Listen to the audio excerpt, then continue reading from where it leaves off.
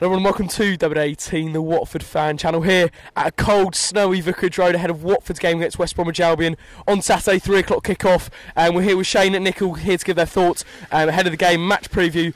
Make sure you leave a like and don't forget to subscribe, and let's get straight into it. No, it's a terrible game. I was freezing, as I say, but listen, 1 goal, 3 points, as I said, that was the most important thing about that game.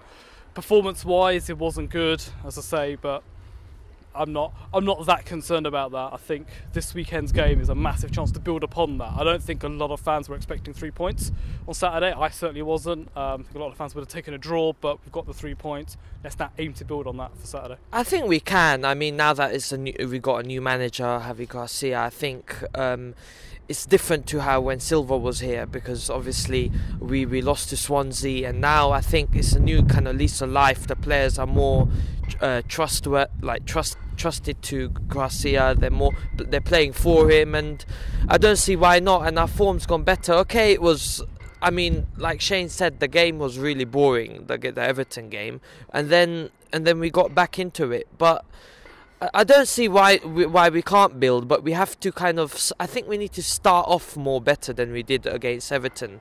We started slow and there was nothing there. Do you think if we win against West Brom, that's us safe for the season? Yeah, I think so. I think it'd be good as well to get the 3 points. Obviously, after this, we've got 2 massive away games, and I think away games where I reckon we'll find it maybe slightly tough to get the points. But West Brom, they're bottom of the table. We're at home.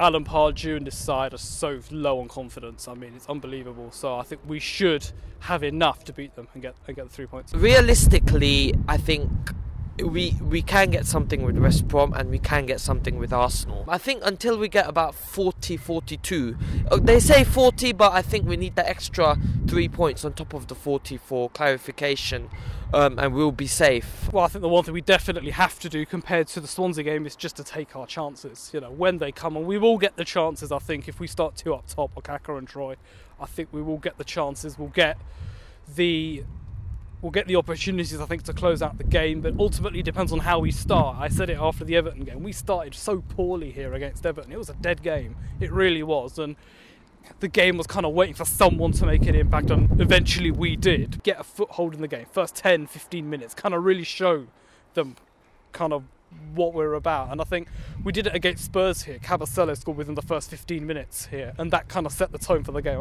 And all right, Spurs got themselves back into the game, but if we take the lead, we shock the opposition, we silence the away support, and God knows how many of those guys are going to come down for tomorrow's game. But take our chances, start 2 up top. Great to see Will Hughes back as well. I should just mention that. It's fantastic to see him back. I would put him straight into the starting 11. Delafay is going to be a big miss. You've seen how he has been playing the last few games. I mean, Hughes is back, so I'll put Hughes in there. I know he's available for selection, so definitely him. I mean, I think Gomez is back, but I'll still stick with Kanasis. Richarlison needs to step up now, because he's been lackluster for the last few games, and he before he used to be our main man, and now he's kind of drifting away, and his crossing is not how it used to be, and things like that. So I think he needs to really step up in this game and show, while he's here at Watford, play for Javi Garcia and play for the team, and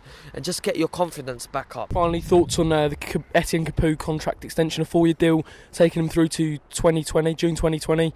It's been a weird one considering he was on the verge of leaving in January, but he's seen a new lease of life under Javi Garcia. Yeah, it's the wrong Frenchman. I wanted Doucouré to extend his contract, to be honest. But look, listen, we tend to be almost quite peculiar as to how we do things. You know, we extended Holebas's contract. Everyone said he should be off. Capoue. Actually, the 2 players that were linked the most with a January move have gone. You know, and it is really weird actually to kind of consider that. But for me, look, he's performed really well in the last 2 home games here. Garcia seems to have given him a kick up the arse, or someone has anyway. And frankly, if Garcia's got faith in him, then I've got faith in him. I just hope, as I said, he turns a corner attitude-wise. And if he's done that, great. I've got no problem with that. But I just find it bizarre how the 2 players that were leaving in January have now all of a sudden been given a contract extension. It's weird. He's good, but he's not consistent. Like, sometimes he really has those good shots and good passes and things like that. But For me, he's more of a backup. Like, he's not. I think if once Chalobah gets back in there, Chalobah, Cleverley, they're more of my first team starters. But Capoue's good to bring on as a in the cup games, or even on like after 60, 70 minutes. Garcia probably wants to try him out, and if he really wanted him, if he really wasn't going to fancy him, then he probably would have let him go for whatever. But I mean, a more of a backup than a first choice for me personally.